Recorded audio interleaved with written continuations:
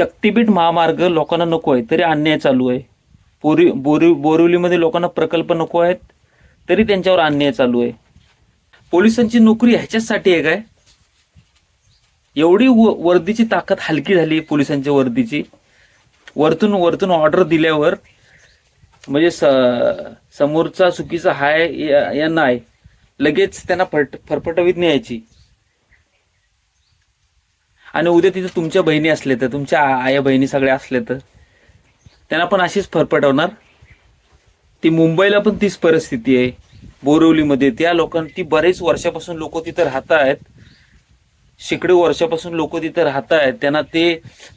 त्यांना ते प्रकल्प वगैरे काय नको तरी हे जबरदस्ती कशासाठी?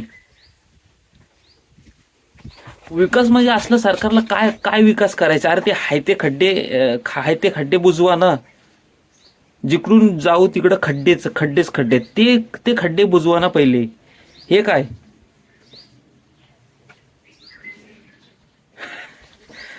जे आहेत ते खड्डे बुजवणं झालेत आणि कसले रस्ते मोठे मोठे रस्ते करायचे आणि शेतकऱ्यांनी सगळ्या जाग्या जमिनी तुम्हाला देऊन खायचं काय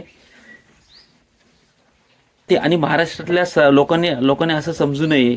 जर आज बोरिवलीमध्ये जी परिस्थिती आहे, शक्तीपीठ महामार्ग बनवताना जी परिस्थिती आहे, त्या मागे बारसू नाणार प्रकल्पाविषयी जी लोकांची मोठी पोलिसांच्या फौज घेऊन जे अन्याय चालू आहे, असे समजू नये महाराष्ट्रातल्या लोकांनी की आपल्यावरती परिस्थिती येणार नाही. ते सगळ्या लोकांवर परिस्थिती येणार आहे.